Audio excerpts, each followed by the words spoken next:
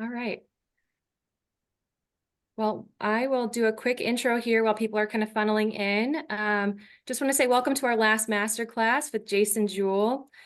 Jason, it's been a lot of fun working with you, and I just can't even believe it's our last masterclass already. It's gone by too fast. It's been a lot of fun, but on behalf of Income Lab, I just want to say thank you so much for your willingness to share your experience with the software and the best practices you picked up over the course of your career. I know from the feedback I've seen in surveys, advisors truly, genuinely appreciate it. So thank you for your time. And one quick housekeeping item I have here before I hand it over to Jason and Justin is if you're attending for CE, please be sure to stay on the webinar for at least 50 minutes as a minimum. And at the end of the webinar today, there will be a feedback survey where you can enter your CFP ID. So with that, I'll hand it over to Jason and Justin to kick us off. All right. Thank you, Ashley. Thank you, everyone. Yeah, today is graduation day. So thank you, everyone, for joining us for the sixth of six masterclass sessions. Just a reminder that materials from the first 5 sessions are already available on the masterclass website. You have videos, you have some extra content, you have even marketing materials that you can use. So please check those out and let us know what you think. If there are other topics and things, we're also going to have a survey at the end. I think Ashley might have mentioned that that will have some more questions about the masterclass itself. So I'll try really hard to remember to launch that at the end, and we want to hear your feedback for sure. So we've got some really cool stuff planned for today, where Jason's going to go through a case study and then talk quite a bit about kind of practice management and communication, which I think is going to be really great. Before we get there, I just want to go over a quick summary for those of you who didn't get to all 5 of the previous classes. Again, please go check them out.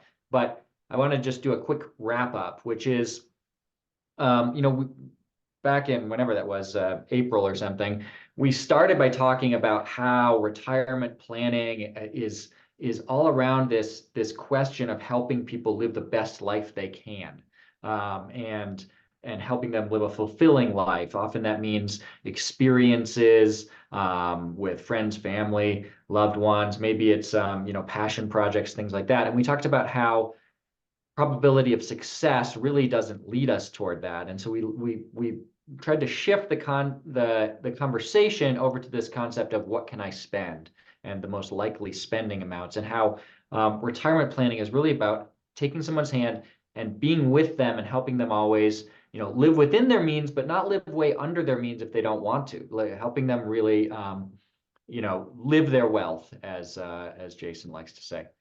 So we talked about how probability of success is really probability of underspending, and how it's really better to think about retirement income planning as balancing risk and reward, or balancing the 2 risks, overspending and underspending. Overspending being the obvious one, nobody wants to run out of money, but underspending being basically the risk of regret.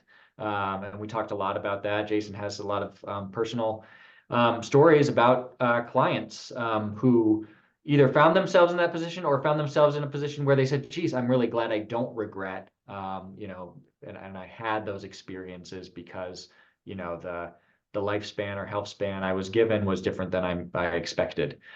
So we talked a lot about that. And I think it's really it's a framing of retirement that clients really get.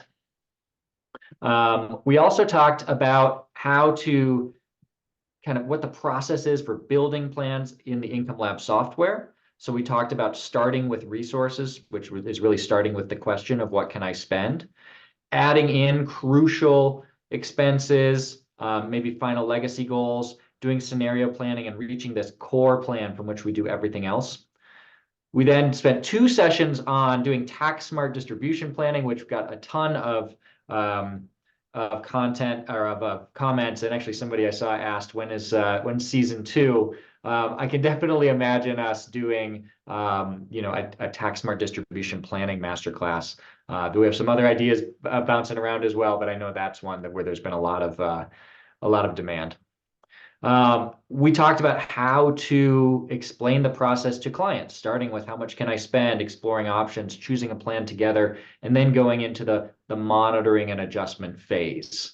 By the way, for those of you who are CFPs, this is phase 7 in the financial planning process from the CFP. So a great thing about Income Lab is it helps you have a process for part of the financial planning process. It's not obvious exactly what that process would be if you're doing only kind of static planning. We talked about the 3 tax torpedoes. Jason, I know, does a lot of tax smart distribution planning. I imagine we'll get to some of that today.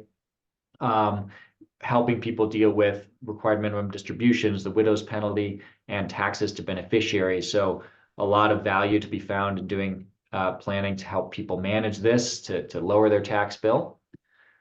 And we talked about the process for tax smart distribution planning. So please go back to to those previous videos and check out all of that if you're interested in all of the details there.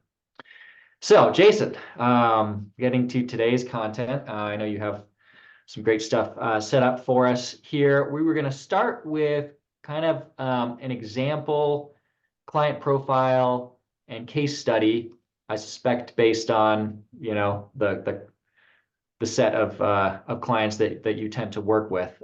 So please take it away. Yeah, I really work with clients to run the full gamut, whether it's the millionaire next door that you wouldn't expect to be wealthy, or whether it is that C-suite executive. And so, what I found is Income Lab can really serve the millionaire next door that really just has Social Security to manage, and as well as their distribution strategies, how the Roth conversions fit into play, and giving them great confidence to know, hey, my money's going to last a lifetime. But I also have this confidence to know that based on my money lasting a lifetime, I can live in the present. I can spend some dollars today and enjoy my wealth. But then there's also the more sophisticated clients, the C-suite clients. For example, have a client, CFO of a major large healthcare provider, retired before he was 60. And, when you think about kind of his financial makeup, we're talking a little less than under $10 million. Accounts were made up of taxable, pre-tax, Roth, and HSA. So done a really good job utilizing those various vehicles. And then from an income perspective, naturally was a high wage earner, and wanted to understand, okay, how am I gonna generate income in retirement? And what's really unique about this particular situation is this client actually had an advisor from about the age of 40 to 50. And they decided that they wanted to index and didn't feel like having an advisor and asset allocation was really delivering the value and warranting the management fee that they were paying. And so here we've got a prospect at the time that I'm in front of, and they were telling me about their previous experience with an advisor. And so I ultimately teed it up and said, well, can you help me understand what spurred you to take today's meeting? And really what was flushed out was this fear of the transition from work life to retirement, fear of generating income in retirement in the most tax efficient way possible, being able to coordinate not only Social Security, which will be an element, albeit a relatively small element of this individual's income, but managing those deferred compensation payments, pension, having rental property. And so how do we coordinate this in a universal effort? And so it really did boil down to his acknowledgement that decumulation and generating income in retirement was going to be more difficult than saving, than investing and growing those accounts. And so I think that's really important to note, and that's where Income Lab comes into play, is how do we give clients confidence to know that the future is bright so they can live in the present? And clients And prospects, believe it or not, it took me so long to figure this out. I used to always solve. I used to always want to be the smartest person in the room, share my experience, share my wealth of knowledge, share my value statement, what I can do and how well I can do it, accolades and, you know, assets under management and small number of families and households we manage it. And as practitioners, you all can appreciate that. And I can appreciate that about you. But what I found is clients don't really care about that. What clients care about is they care about themselves and how we can influence their life in a positive way. And so what I'd like to do is kind of shift from the case study a little bit and talk about some best practices and maybe go through some phraseology. Because I think this is really important. It's really important what we say, when we say it, and how we say it. And I don't get this right every time. I constantly critique my delivery, and I constantly am watching replays and trying to improve by observing that game film. And as I observe that game film, I'm able to make those critiques. But one area I found challenging was the intro. And you know, the engagement with a prospect or client truly starts at hello. So they walk in the door and you greet them, and what's the first thing that you say? Well, what I've learned is the first 10 minutes are critical in our experience with that prospect or with that client. And that first 10 minutes oftentimes determines whether you're going to get put in the friend zone or whether they're going to become a client. And I don't know if you've ever been put in the friend zone, Justin. But the way that you get put in the friend zone with prospects is leading with how's the weather, leading with talking about the big game, because that is less personal to them and it doesn't really allow them to express their feelings, express their emotions. And so we want to control that conversation early with the first phrasing, the first questions out of our mouth. And we want it to be more fiscal in nature, more behavior-based in nature, more psychological in nature. And we want to focus on those types of questions only. Otherwise, we will end up in the friend zone. So we really want to avoid that small talk because it truly weakens our status. And a lot of folks really don't like small talk. I am one of those. I like to talk about more deep, relevant, and imperative and important things. And so here's one super simple, engaging question that you can ask. And it is just something as simple as, it's great to see you. I'm looking forward to hearing more about what's new in your world. And then just get them to open up a little bit. And that is the most simple thing you could possibly say. But it's going to evoke feelings. It's going to evoke emotion. They're going to talk about maybe something that's painful or maybe something that's exciting. But it's going to give you more content, and there's going to be more authentic communication back and forth. Or if that's too simple, what I like to do is say, you know, it's great to see you. I feel like we have so much to catch up on. What are you excited about that's happened in the last few months? Okay, so that's excited about. We're looking to elicit positive experiences. What excited you in the last few months? And then you can say, you know, what are you looking forward to most the remainder of the year? Super simple. This isn't monumental, earth-shattering, but it does evoke emotion and it spurs some really genuine conversation. Another one, right? We had Father's Day recently. Hey, happy belated Father's Day. What's one of your fondest memories as a father? Right? So what we're understanding is we really want to get into the behaviors, the emotions, and what's important to our prospects, what's important to our clients. And that'll help us build a framework, build a foundation of how we're going to work together. And we can use those stories that they've told us, those experiences that they've shared, about what excited them recently or what they're most excited to down the road this year, with how we can help them pursue those goals and create more of those memories together. And so, as we're in a meeting, I will always say at some point in the meeting, what spurred you to reach out? What spurred you to meet today? And, we really want to understand where our clients are versus where they're trying to go. And how do we help them fill the gap? And I will use that language, and I will also use my hand gestures.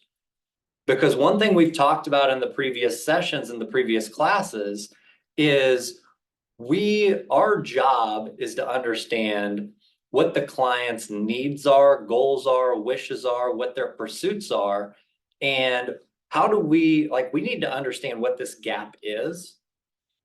And is the gap they want to be better prepared for retirement? Is the gap they want to live a life that they don't know that they could pursue? Is it the family vacation? Is it a trip to Europe? What's the destination that they're trying to pursue? Is to really work my hardest to understand their ideal destination. Because people buy results and ultimately want to reach a destination. They don't buy a solution. And they don't necessarily buy our process of how we get them to a solution. People buy based on results. And so the way I think of it is, nobody goes on a travel site solely looking to purchase a plane ticket. Justin, what's the last vacation you took? Well, I just got back from a camping trip. Right? So that, because I spoke with you when you were on your trip. So that didn't involve a plane ticket. How about the last trip you took that involved a plane ticket? Yeah, we went to see the grandparents in Wisconsin in the summer, last summer. A lot of lake time. Beautiful. So you went to see the grandparents, you went on to a travel site, Expedia, Travelocity, whatever it was, you booked a plane ticket. You didn't book that plane ticket for sake of booking a plane ticket. You booked that plane ticket for sake of the destination. You were going to see the grandparents. You were going to take the family to the grandparents to spend time on the lake in Wisconsin where you could create memories. Yep. Where you could spend time together with the loved ones and those that you care about. It was the destination that caused you to buy the plane ticket. This is exactly what we're talking about with Income Lab. Yes, we have the ability to show in great detail how we are going to help solve their problem. But what's most important in these interactions is to understand what is their destination. Where are they trying to go? Nobody summons an Uber for sake of just taking a drive. They're trying to go somewhere, right? They are seeking out a destination. So our job as advisors is to understand our clients' goals and our clients' destinations. And then we act as their pilot, as their driver, to escort them safely and as efficiently as possible to help them pursue and achieve those goals. And I think I missed that for so many years. There was such a long extended period of time that I missed that. I thought proving my expertise, showing them how I was going to solve their problem was the most relevant way to win their business. What I realized is the plane ticket is a solution to help them reach their destination. And that destination is an emotionally charged place that they want to visit. And so how do we help them achieve those goals? Well, we do that oftentimes through tax smart distribution strategy. That's Tax Lab, right? So as we think about Tax Lab, as we think about Income Lab in general, let's take a step back and talk through what motivates individuals to change. Because that's ultimately what we're trying to compel is when we have a prospect in front of us, we're trying to understand where they are today, where they're trying to go. Can we help them achieve that goal? And from a client's perspective, they want to know that they can trust us. They want to know that they like us, and they're confident that ultimately we can help solve their problem and help them reach that destination. And the challenge is, what motivates most folks is fear of loss. Chris Voss, if any of you follow him, he says that about 70% of customers are motivated by pain. 70% of purchasing occurs to avoid pain. So it's this fear of loss. And if you have an individual in front of you, are they motivated more by fear of loss, and do they have more of a scarcity mentality? Or are they more attracted to sense of gain and sense of abundance? And I think that's a really important note to mention, because as we think about Tax Lab, there's a little bit of secret sauce we haven't talked about yet. And this I think is very, very important. Okay, so what you'll see here within Tax Lab is you'll see average tax return, total taxes, total net income, net legacy. And you see these green figures, right?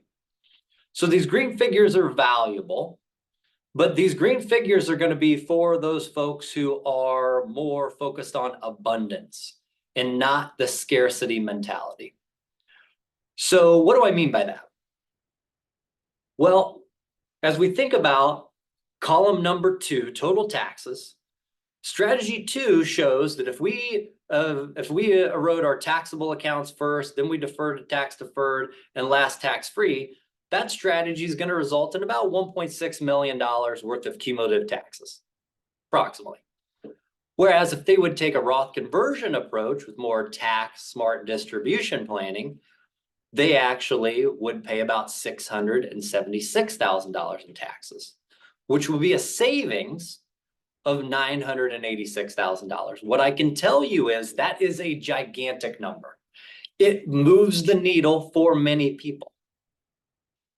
But the reality is, unless you are of an abundance mindset, that's actually not going to get an individual to act, to pursue you and your firm to help them with this tax smart distribution planning.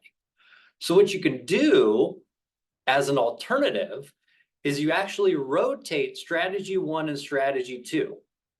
So instead of showing green figures in tax savings, now we're showing red figures.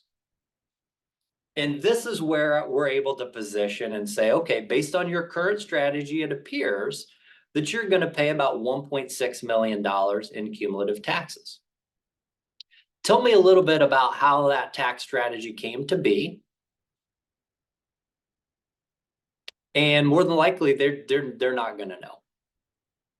And so then you're able to take it a level further and say, well, through modern tax smart distribution planning, it appears that you are tipping the government about $986,000.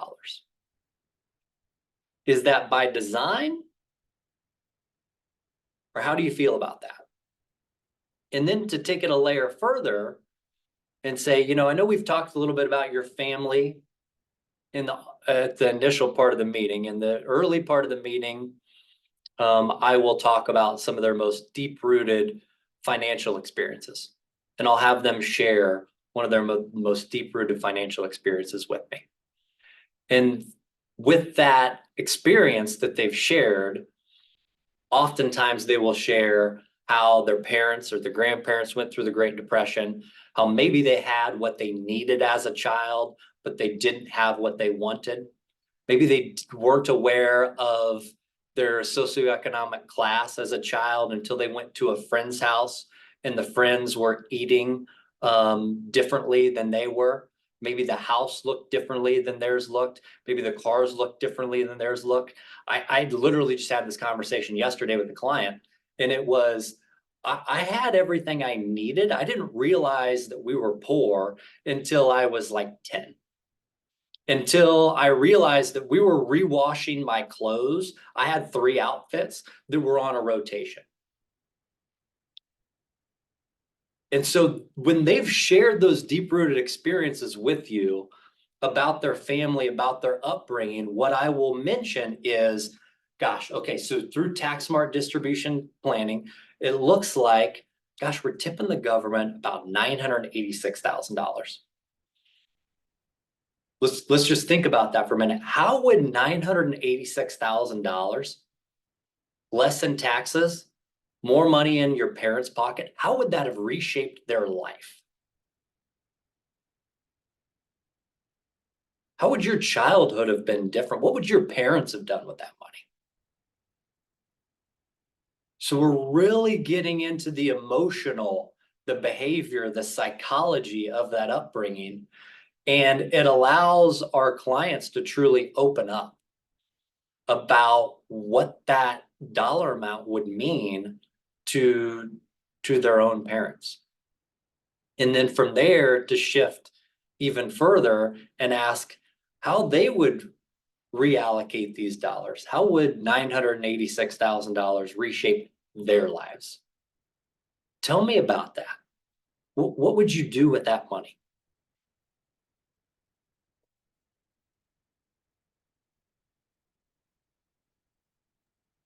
Our financial experiences are so deeply ingrained. The CFO in the case study that I referenced, I asked him about one of his most pivotal financial experiences. You know what it was? When him and his wife were getting married, in order to help pay for the wedding, they sold their microwave. That speaks volumes. It speaks to their financial discipline. It speaks to the financial strain that they were experiencing and how tight things were. And as you talk through those previous emotional experiences, it provides us with perspective of where we've been versus where we are today. And 9 times out of 10, that's a positive experience. It elicits a positive emotion because we've made strides, we've made improvements, we've had a sense of accomplishment. And therefore, we start to get this warm, euphoric feeling. Our prospects get this warm and euphoric feeling because they do start to feel this sense of accomplishment.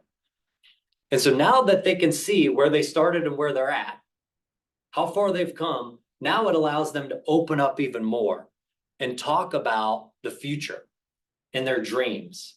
And what do they want to do as a family? How do they see themselves in retirement? What do they want this next chapter to look like?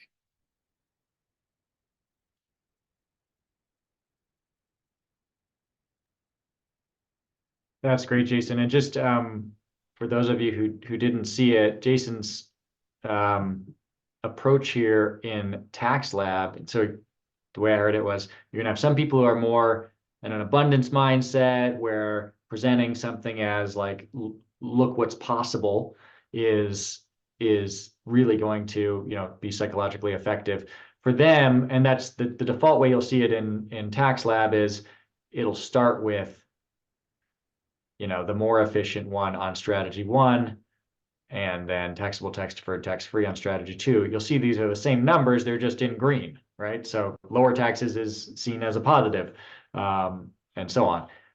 So I think this is a great approach. If, on the other hand, somebody is more motivated by seeing, oh, if I don't do something, what would it look like? Just switch the two around. In fact, I'm going to talk with our product team about putting one of those little, kind of like if you have directions on your your map app, right? Just, hey, switch the destination and the origin. Well, no reason we couldn't do a little switch the two, but now you'll see same numbers, but in red. So now it's just higher taxes, right? I think that's really interesting. Great little hack here. Also, all these ways of talking, you'll notice, are all focused on getting people into that mindset that we talked about really in the first 3 sessions, at least, first 2 in particular, about, like you said, okay, you've accomplished this. What are we doing in life here? What's really important to you? I loved the, what's been most exciting lately, goals and so on. We did have a questions here. Well, hey, one for me. I'm just curious. Do you see kind of a mix of that? Do you see one mindset is more typical? Kind of abundance versus, fear.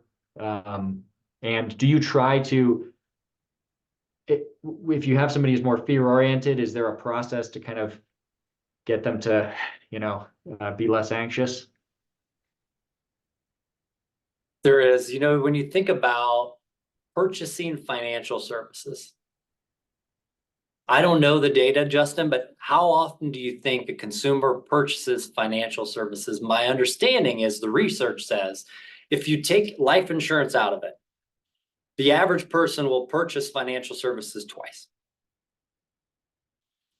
And that's very overwhelming. Let's think about a vehicle. How often would you purchase a vehicle? Well, I just bought one back in November.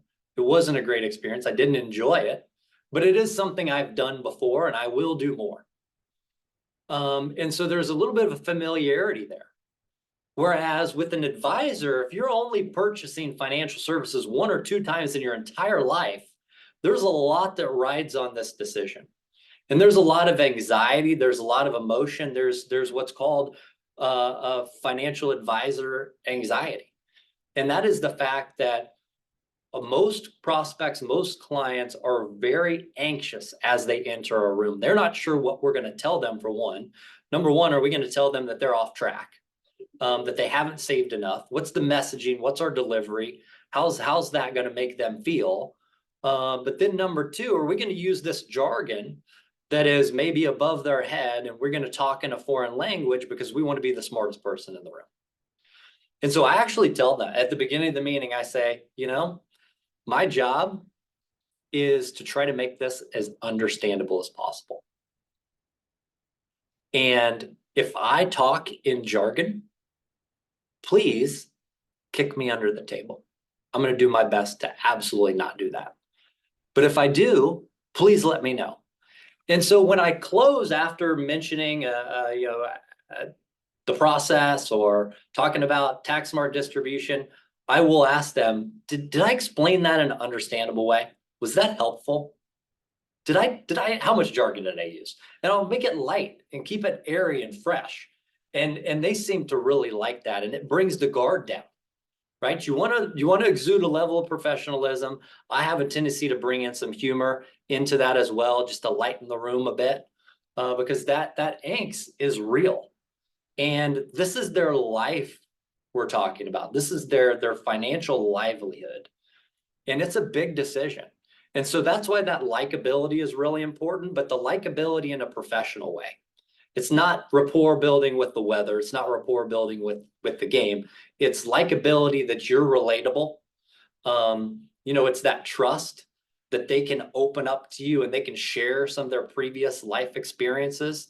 But then it's also the fact that you are a professional and that they have a belief in you as their advisor or potential advisor to help them reach their destination and pursue those goals. We have a few more questions on abundance versus scarcity. Do you have kind of a way of figuring out which, let's say it's a prospect, right? Somebody you don't know. How do you figure out which is which? And let's say it's a couple and maybe they're split. Maybe one is a little more one way, one is the other way. Have you encountered that situation before?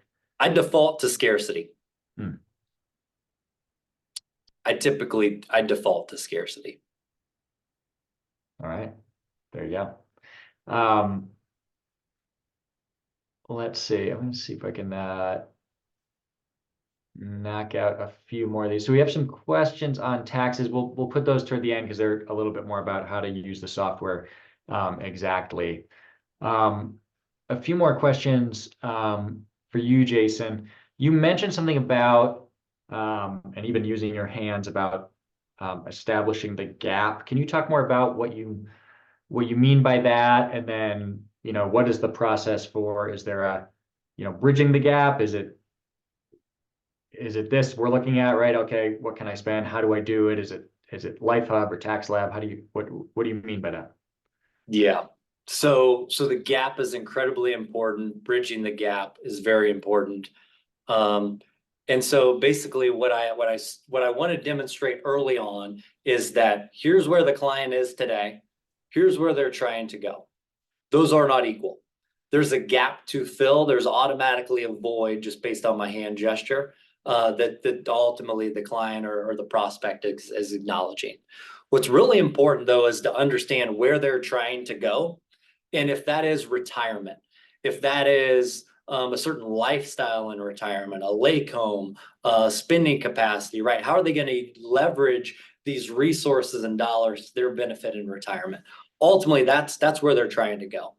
And then my job in the interim is to really do my best ability to understand where they are trying to go. What's most important to them? Is it family? Is it friends? Is it time together?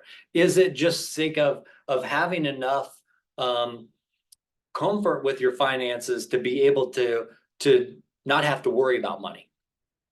And so understanding what they're trying to achieve. And oftentimes for us, it is saving and taxes. They acknowledge that I'm in a unique phase called retirement. I am generating or trying to turn my resources into income. How much income do my resources support? At what point in time, if my resources rise or fall, will that change my income, if at all? And that's really back to the guardrails. And in turn, it allows our clients to be able to live their lives with a relatively clear expectation. I've used a phrase before, and that is happiness equals reality minus expectations. If we can set the stage for our clients of what to expect and how market fluctuations or portfolio fluctuations are going to impact their income, it allows them to live more in the present in retirement. It allows them to have a greater sense of confidence and comfort around their income, allowing them to truly pursue some of their lifelong goals that maybe they've neglected in the past or chosen not to pursue in their working years. Maybe it was that vacation to Europe. My parents, for example, my parents are retired and they've had many visions of where they're going to travel to in retirement. And they made these sacrifices in their working years because they wanted to save the money to do it later in life. And what we all know is that tomorrow isn't guaranteed. And the pursuit of those vacations, those travel destinations may not be able to occur based on their health, based on their finances. And so these guardrails give us great confidence, give our clients great confidence to know the direct correlation between balances in our accounts and income. So it's one of these situations where if we can set a clear and concise expectation, it really reduces anxiety. And that could be related to the guardrails, and that could also be related to Tax Lab. So Jason, you in your example, you mentioned that this was someone who had been a do-it-yourselfer in accumulation and had recognized maybe that retirement distribution was going to be more complex, that it was going to be worthwhile to have expert advice and an ongoing advice relationship, what parts of the process or the software or these visuals, really helped that client, take that next step? Sounds like, they've been through some times that were pretty thin, right? I mean, selling your microwave. So what was the effect of your process and the software for that situation?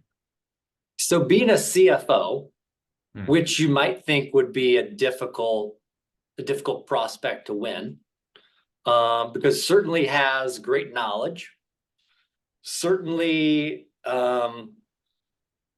would have the education, the background to be able to potentially do something like this on their own. The tax lab was huge. Tax lab was kind of the game changer. Tax lab was a great way to demonstrate and quantify the benefits of tax smart distribution planning. And so in this instance, that's where that scarcity piece and rotating the strategy 1, strategy 2 to reflect negative, where they were basically leaving $986,000 on the table, AKA tipping the government $986,000, was a significant way to move the needle. And then more importantly, how would the client benefit? How would their family benefit from having an extra $986,000 for them to spend over the remainder of their plan? And then talking through, what would they do with that money? What trips would they take? And then we actually talk about the granular trips. The trip to Iceland, the trip to Italy, the trip to Rome, the African safari. We actually talk through those in great detail. That's building the gap, because here's where they are and here's where they want to go. But yes, this is the end destination. Let's have them paint that picture. Let's have them detail out that Picasso, because now it's ingrained in their brain. That is the destination. Now we step in with the plane ticket to help get them to that destination. But we want to focus on the destination, focus on the visuals of how they sense that destination feeling, how they sense this family trip with their entire family, and to picture their time together, the laughing. That's exciting to them. And it's exciting to me to talk about genuinely. And then all I'm doing is I'm just, okay, well, here we go through tax smart distribution strategy. It appears that that's all going to be possible. And lo and behold, then you flip over to guardrails. And lo and behold, you had mentioned you wanted to have about $15,000 a month in retirement to be able to fulfill your needs once, and even some of those wishes. It appears that you're underspending your resources. If you had an extra $5,000 a month, what would you do differently in your life day to day, or even over the course of the year? So we've got a question on your process. So we've talked a lot today. I think it's been great about sort of establishing the tone, the goal, like what you're all about as an advisor, right? That it's not just jump right in. I think you said that at the beginning, show how smart I am, get out the calculator. Somebody is asking, okay, at what point do you start? I mean, this plan's already built, right? How do you get the data that you need to get to the point where you can say, hey, you actually have plenty of resources? Is that a questionnaire? Do you do it in a meeting? Do you have, somebody on your team doing it? What's the process there? And then are you reviewing a plan like this in a second meeting? How does all that work? There's a number of ways you can do it. I don't want to not answer the question, but Justin, Ashley, we've talked about another masterclass, season 2 of a masterclass. And would that be more practice management oriented, where we could talk through an intro, a discovery meeting, even the proposal process, and a close, right? So, yeah, those are all things that we can talk through. You know, when you think about a discovery meeting, the number one objective of a discovery meeting is to truly understand what the prospect is trying to accomplish. After that discovery meeting is complete, my next step is to try to secure that next meeting. And I can't really provide them with this data, the guardrails, or the smart distribution planning and the tax center until we actually have till we have those financials. And so my job going into meeting one is to establish trust, likability, and for them to understand that I can help them pursue their goals. I then am able to obtain their financials to confirm if their goals are realistic or not, and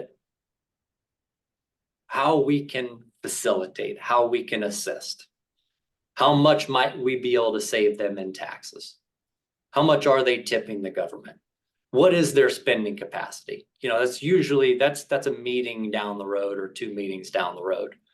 But one thing I will say is that close is really important. I know that wasn't the question, but I think that close is really important. So you've got 2 layers there to get clients and prospects to act. Because the biggest issue as advisors that we have is no sense of urgency from a prospect or a client, and they just choose to remain status quo. They choose not to change. And so that's where, at some point in the meeting, we have to ask, why now? So you can do this early, you can do this late. I've done it both. And why now is relatively simple. I usually phrase it something to the effect of, gosh, you know, as we sit here today, yeah, I appreciate the, you know, your candor and the opportunity. You know, you could have evaluated this 2 months ago, or frankly, gosh, maybe you would be better to wait 2 years from now. Why now? Why is this top of mind now? Why are you pursuing these goals now? Why are we in this conversation now? And then that's where you're able to really better understand what is going to trigger them to act as a prospect, as a client. And then you're able to close with a couple different closes. You could say something as simple as, where do we go from here? What's a good next step? Or how would you like to proceed? Do you introduce the idea of ongoing planning, that working with you is it's an ongoing relationship in that first meeting, or how do you set that expectation, like you said, about, you know, the ongoing, the updates, the adjustments, and so on? Yeah, what do you mean exactly, Justin? Well, so the question we have here is, how do you introduce the idea of ongoing planning? I mean, maybe they already come in knowing that that's what they're looking at, instead of just coming in to have a problem solved. So maybe you don't Mhm. into it all that often, but Deborah's asking that once it's completed, are they expecting to work with you on an ongoing basis? Sure. It's a good question. You know, what I often reference is life is an evolution. My life in particular is very different today than it was 3 years ago, than it was 5 years ago, than it was 10 years ago. You know, I would have told you 11 years ago that I don't want to get married and I don't want to have kids. Well, I'm married almost 10 years, and I have a 5-year-old and a 3-year-old. And so my point is, my goals have evolved over the years. My life has evolved over the years. And financial planning is similar. as a client, their lives are going to evolve over the years. Who do they want to have in their corner as their co-pilot to help them navigate these changes in life? Whether that is a milestone of retirement or whether that is a black swan event in the markets. And who do they want by their side navigating them through these uncharted waters?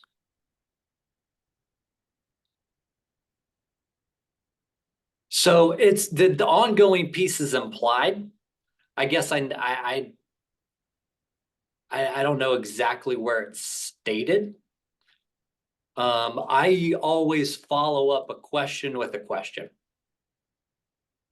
to press for clarification. So like if a client were to ask me or prospect were to ask me, you know, tell me about your background. Is there anything specific about my background you'd like to know? What specific about my background would you like to know? Would you like to know where I grew up?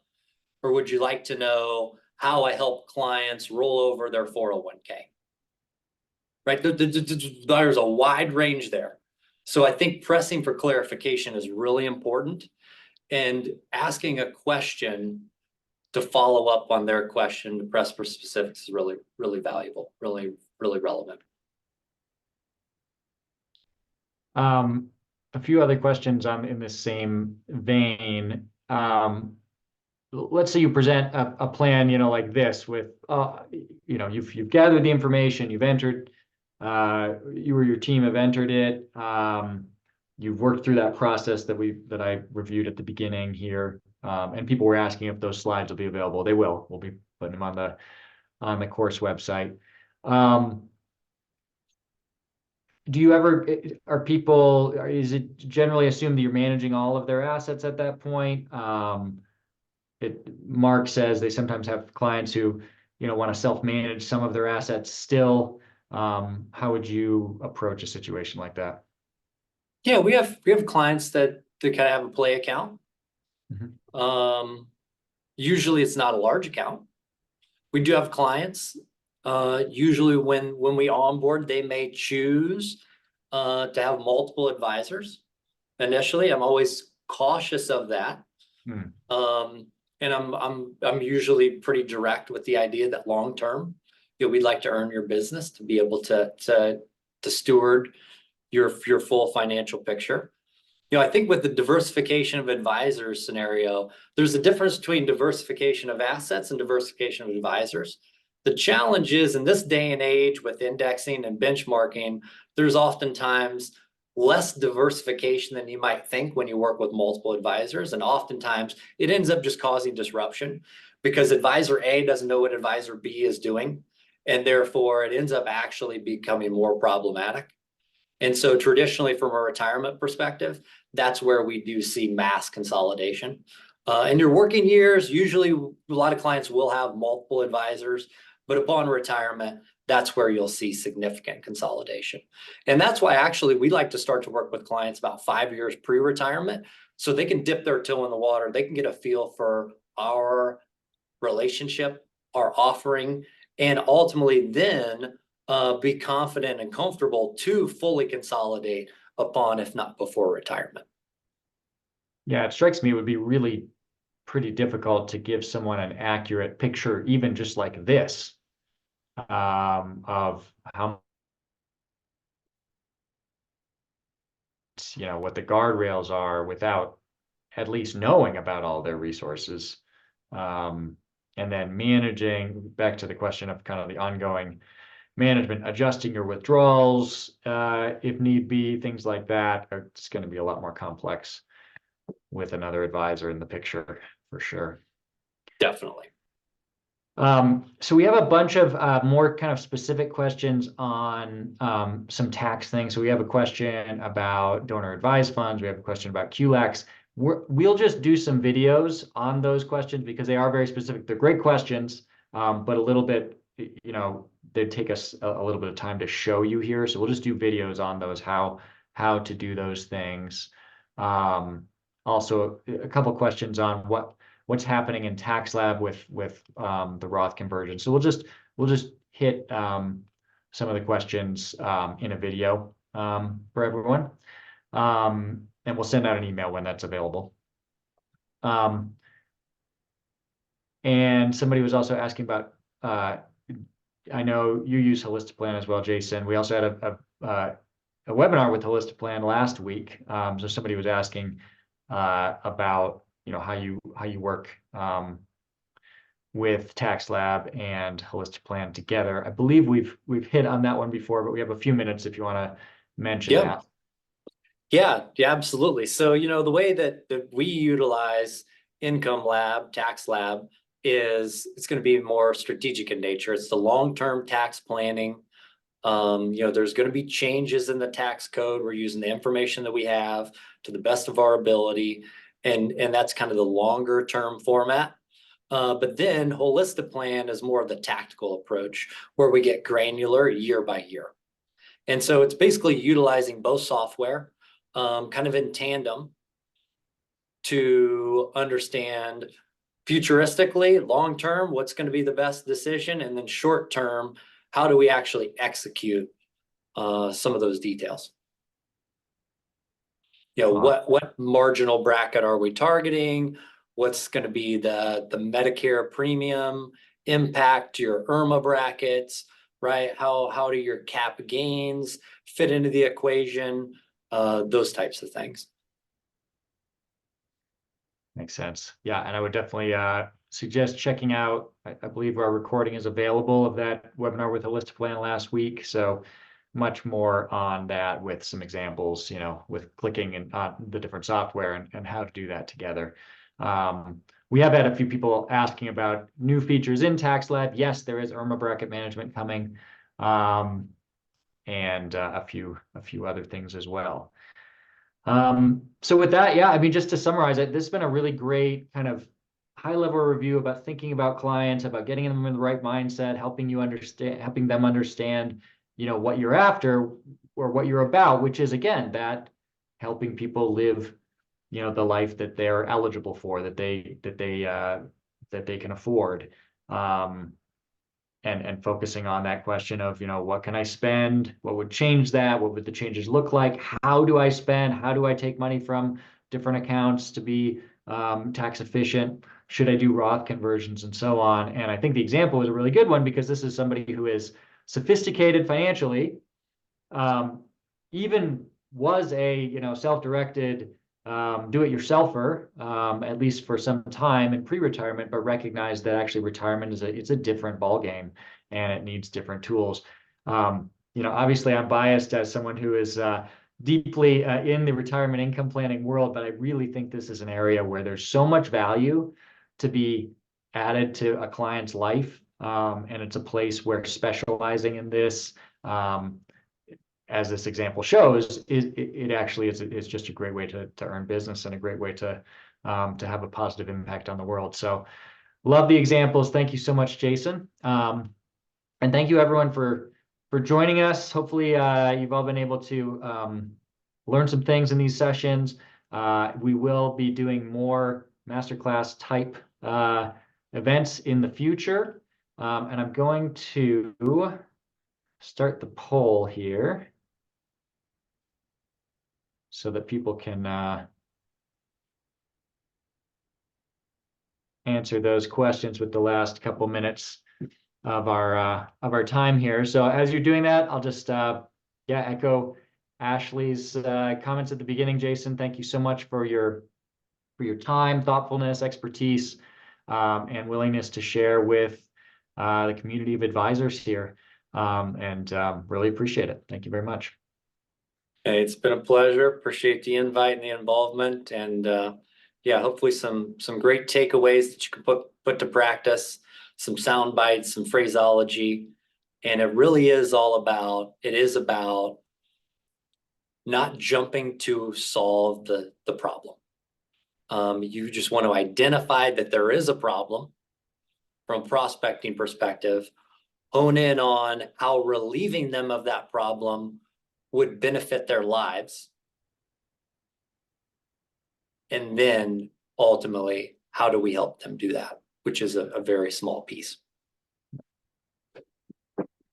All right, we'll leave this open for maybe a minute or two more to let people answer, and then there is the when I shut off the meeting, you'll get a spot to put in any information we need for your CE, and I think that turns around within a couple weeks. So if you're waiting for that to hit your account, but thank you everyone, and we will see you again very soon. Thank you.